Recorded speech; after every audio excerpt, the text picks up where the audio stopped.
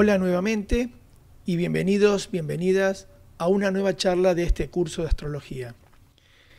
Hemos llegado finalmente a Plutón, el último de los planetas transpersonales y la última charla de esta segunda parte del curso, los planetas en las casas astrológicas. Recordando charlas anteriores, podemos resumir diciendo que, por un lado, tenemos los planetas personales, como el Sol, la Luna, Mercurio, Venus y Marte, también llamados planetas interiores. Luego vimos a Júpiter y Saturno, como los dioses del umbral de la conciencia. Júpiter, del lado más consciente, y Saturno, el señor de los anillos, como el que determina los límites de nuestra conciencia subjetiva, es decir, de todo aquello que somos conscientes y el inconsciente inmediato o inconsciente personal. Finalmente, los tres transpersonales, o también llamados planetas exteriores, que contemplan al inconsciente más profundo, el inconsciente colectivo. Me estoy refiriendo, como ya sabes, a Urano, Neptuno y Plutón. Sobre estos tres planetas transpersonales, por ejemplo, Jeff Green expresa que Urano representa el inconsciente individualizado, Neptuno, el inconsciente colectivo, y Plutón, el alma misma.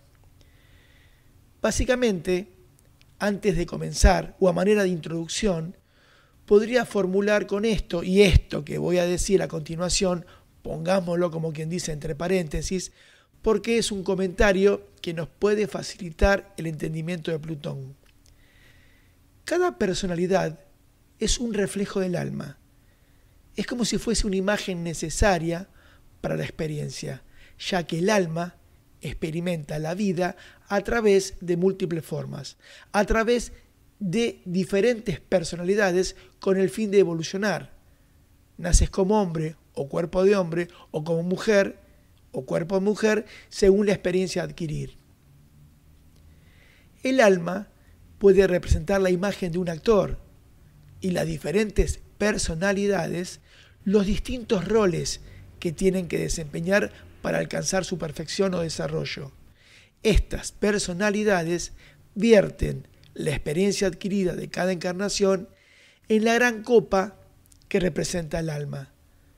Asimismo, el alma es un reflejo de la mónada o espíritu, y esto lo traté de explicar en una de las primeras charlas de este curso, así que no voy a extenderme en esto ahora.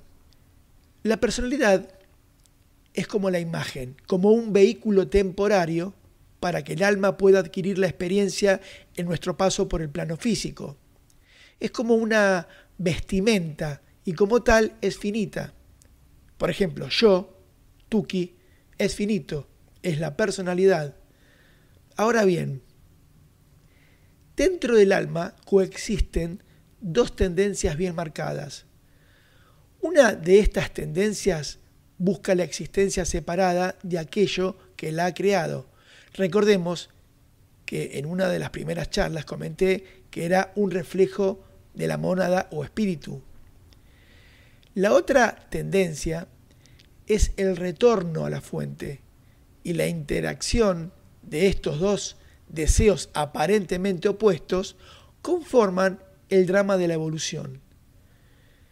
El deseo es la fuerza que determina y condiciona eso que llamamos realidad en cada individuo.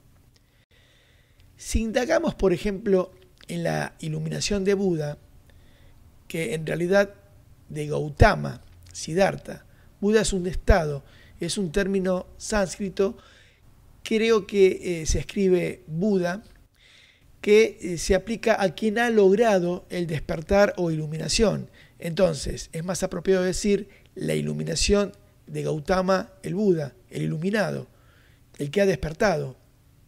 Entonces, volviendo a esta iluminación que tuvo Gautama bajo el árbol sagrado, esta está basada en su propia realización, en esta lucha de opuestos, examinando la naturaleza de la tristeza, el dolor y la miseria. La interacción de los deseos determina aquello que creemos necesitar, y esto va a estipular la opción que elegimos y, por supuesto, esta opción va a establecer la acción que emprendamos. Y esta acción o acciones que iniciemos van a determinar la realidad que experimentamos. Acciones y reacciones constituyen aquello que llamamos karma, que no es otra cosa que recoger lo que sembramos. En consecuencia, en razón a la presencia de esta dualidad de deseos arquetípicos a través de incontables existencias, es evidente que la evolución del alma está íntimamente ligada a la eliminación gradual de todo deseo de separación. Y en la medida que se vayan eliminando estos deseos polares, el deseo de volver a casa, como quien dice, de volver a la fuente, será mayor y dominará más nuestra conciencia. Los deseos separatistas están a la vista en nuestra vida cotidiana. Con solo observarte un poquito te darás cuenta de cómo operan. Obsérvate y mira simplemente cómo actuamos accionados por nuestros deseos.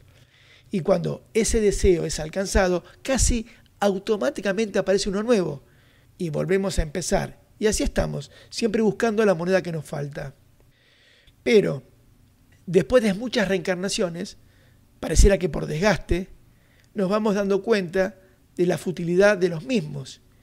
Y comenzamos gradualmente a cuestionarnos, como quien dice, a querer salir de Matrix, como Neo en la película de Matrix.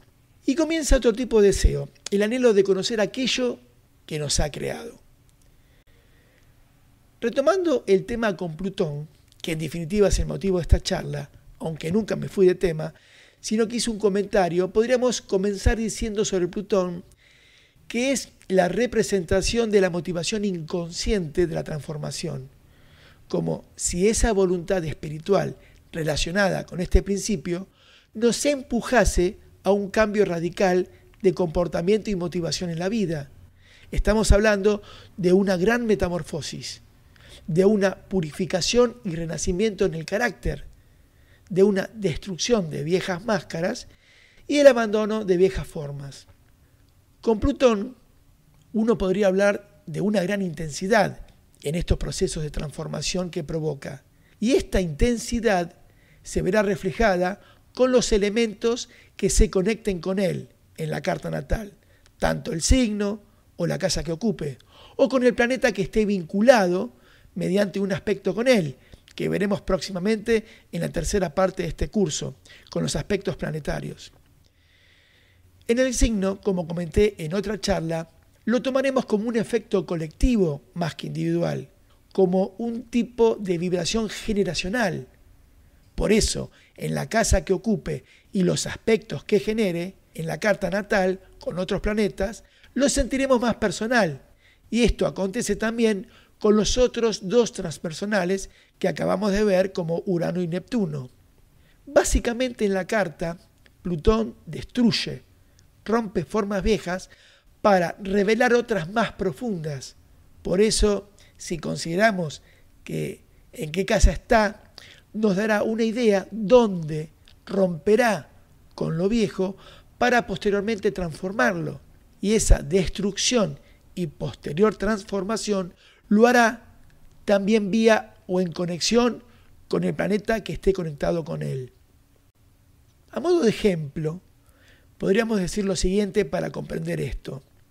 Supongamos que tengo al Sol en el signo de Libra, en la casa 7, y está en aspecto con Plutón. Los aspectos que veremos en la próxima charla nos habla del diálogo entre planetas. Sabemos que el Sol representa nuestro sentido de individualidad, describe nuestro punto de vista básico, nuestro sentimiento de ser o sentirnos especiales. Si Plutón toca este punto, por ejemplo, mediante un tránsito, supongamos con una oposición, o este sea un aspecto natal, por ejemplo, que un tránsito lo activa, es como si expresase en cierta manera lo siguiente, como si Plutón nos hablara al oído y nos dice: lo lamento, fulanito, dirá Plutón tocando al Sol, tu visión de la realidad en cuanto a las relaciones es muy limitada todavía, porque está en la casa 7, me estoy refiriendo, ¿no es cierto?, y en Libra, y querrá alterar las actitudes existentes en las relaciones, porque ese es el escenario. Nos dirá al oído: romperé las barreras que se interpongan a tu crecimiento, porque ya estás maduro para esto. Te voy a movilizar, te voy a sacudir, necesitas despabilar y descubrirás muchas cosas distintas de lo que te imaginabas. Muchas cosas que desconocías, tanto de las relaciones como de ti mismo. Verás en ti cosas diferentes de lo que querías ser, y esto ampliará tu conciencia. De alguna forma, con este ejemplo, Plutón encuentra la vía de entrada mediante las relaciones, y éstas nos empujarán a profundizar sobre esas corrientes que consideramos oscuras que hay en nosotros, como si cada vez que nos relacionamos estamos invocando a Plutón. Por supuesto que la reacción al cambio es diferente en cada uno de nosotros. Algunas personas estarán más predispuestas que otras. Por ejemplo, si sabemos astrología, como estamos aprendiendo, no vamos a eludir el cambio, más allá de la gran movilización que nos produzca. Trataremos de entenderlo. Es el sí mismo actuando sobre la personalidad. Y por otra parte, otras personas serán más temerosas o conservadoras, la gran mayoría, y parece que se nos viene como el mundo encima. Todo eso puede ser muy doloroso, es como si lucháramos con los dioses del cambio, como describió Sasportas en uno de sus libros, haciendo referencia a estos tres transpersonales, como Urano, Neptuno y Plutón. Recordemos siempre que estos tres planetas transpersonales actúan a nivel inconsciente, nos actúan como hado, como destino, como algo que en apariencia nos viene de afuera. Entonces, cuanto más lucho y menos comprendo, el planeta no tiene más remedio que traducirse en acontecimientos, y uno en consecuencia se siente como víctima de estos, porque no entendemos lo que está pasando. Es aquí donde aparece la charla del astrólogo para acompañar y aclarar un poco al consultante. Intentamos darle el sentido, el significado, como dice Jung. El significado hace soportable muchas cosas. De hecho, si somos conscientes o lo hacemos consciente, trataremos de cooperar y de no resistirnos. Más allá que Plutón es sumamente movilizante y desestabilizante en un principio, porque el cambio que se produce es de raíz.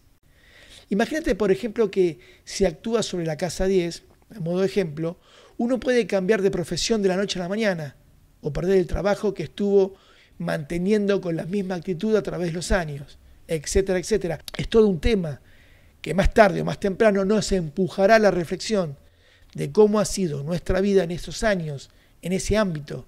Y todo esto no deja de ser muy duro y doloroso cuando se atraviesa el momento, cuando uno atraviesa este nigredo que propone naturalmente Plutón. Ni hablar si intentamos combatirlo, pareciera que las cosas empeoran aún más. Pero si por el contrario giramos con esta visión y lo consideramos como algo necesario para nuestro crecimiento y le damos una especie, entre comillas, de bienvenida al planeta exterior, ¿sabes por qué? Porque la transformación es inevitable. Entonces, si es inevitable, colaboremos con lo inevitable. Si le damos la bienvenida como a un amigo, se activa el lado más creativo de esto que llamamos crisis. Si hay resistencia, hay tensión. Y si hay tensión, hay conflicto. Echemos, como quien dice, un vistazo a los mitos, sin zambullirnos en ellos demasiado, simplemente un vistazo para no extender tanto esta charla, pero lo suficiente para comprender bien este arquetipo. Porque en los mitos de todas las naciones siempre hay un señor de los muertos, y este símbolo está relacionado con la experiencia arquetípica de los comienzos y los fines, de la muerte y renacimiento, lo cual describe ciertamente a Plutón. Plutón era llamado así por los romanos, pero conocido como Hades en Grecia, señalado como el señor del mundo subterráneo, de las profundidades. Era el hijo de Cronos y hermano de Zeus, que, si recuerdas otra charla, era el gobernador de los cielos y las alturas. Hades tiene como su hermano Zeus el mismo rango, pero es como la contraparte de su hermano gemelo, la contraparte como oscura, como implacable, pero igualmente poderoso como Zeus. Lleva un casco que lo hace invisible en el mundo superior. A Plutón, o Hades, te decía, que lo conocían como el señor del mundo subterráneo, y en los mitos, al igual que el sumerio, todavía muy anterior que los griegos y romanos, hacían referencia, por ejemplo, al reino de Ereshkigal, señora del gran lugar de abajo. En este caso, como ves, es una diosa femenina, pero que refleja o simboliza lo mismo que Hades, las mismas características.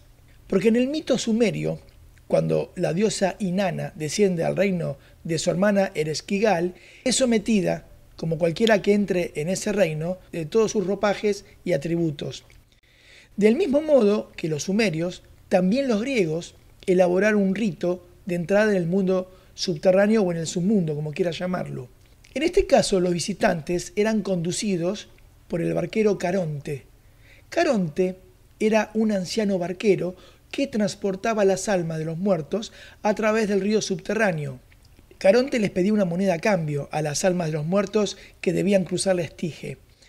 La Estige era uno de los ríos del submundo o del mundo subterráneo que significa, entre otras cosas, veneno, odio, y de no hacer el pago, el alma del muerto es como que vagaría eternamente en la otra orilla. Y en este mito, al igual que el sumerio, se debe entregar algo a cambio, algo valioso y propio. Y la moneda, el dinero, es un símbolo de valor, de importancia, de identidad del ego. En el mito, pareciera que durante este descenso tenemos que ir entregando todo aquello que hemos ido como acumulando, los ropajes con los que nos hemos ido diferenciando o definiendo a nosotros mismos y que nos dan la sensación de importancia personal. En cualquier mitología que se describa la entrada al mundo inferior, siempre el tema será el mismo, la violación. La intrusión de Plutón en nuestra conciencia es percibida o sentida como una violación y nosotros, como esa doncella, en el mito nos resentimos a ella. Cuando aparece Plutón, nos inunda una sensación realmente de penetración violenta, de ninguna manera deseada, pero igualmente necesaria para nuestro equilibrio y desarrollo, porque se asegura que renunciemos a lo viejo, aniquilándolo totalmente, como la lava de un volcán que arrasa con todo, hasta que no queda nada, para que finalice un ciclo y comience uno nuevo. En definitiva, nos desnuda de las cosas de lo que nos hemos adornado, de las cosas mediante las cuales hemos construido nuestro sentimiento de identidad. Como Neo, en la película Matrix, toma la pastilla que le da Morfeo. Y la vida de Neo, si recuerdas la película, si no la viste te sugiero que la mires, cambia radicalmente. ¿Y sabes por qué? Porque ya no hay retorno, no hay vuelta atrás. No podemos ser íntegros mientras todo no haya sido llevado a la superficie, a la luz de la conciencia para transmutarlo e integrarlo. Plutón, así como destruye, es capaz de crear lo nuevo, luego del nigredo, una vez que nos hemos transformado, de alguna manera nos conocemos mejor, con mayor sabiduría e integridad que antes, como quien dice, más completos. Comencemos entonces a vislumbrar las posibilidades de la actuación de Plutón en las diversas casas astrológicas. ¿Cuáles serían las características más comunes o evidentes en cada casa? Porque en la casa donde se encuentre es donde nos encontraremos con los aspectos más oscuros de nuestra propia naturaleza, con las pasiones y obsesiones que de alguna manera nos abruman. Y como Urano y Neptuno, Plutón es otro principio de desestructuración, que impulsa a la vida a seguir adelante y a deshacerse de formas viejas para dejar paso a las nuevas. Bueno, luego de esta introducción, y como se hizo extensa ya, terminando los minutos de esta charla, vamos a hacer, al igual que como hicimos con Neptuno, una segunda parte, ya entrado directamente Plutón en las casas. Te espero a continuación, entonces, en la siguiente charla.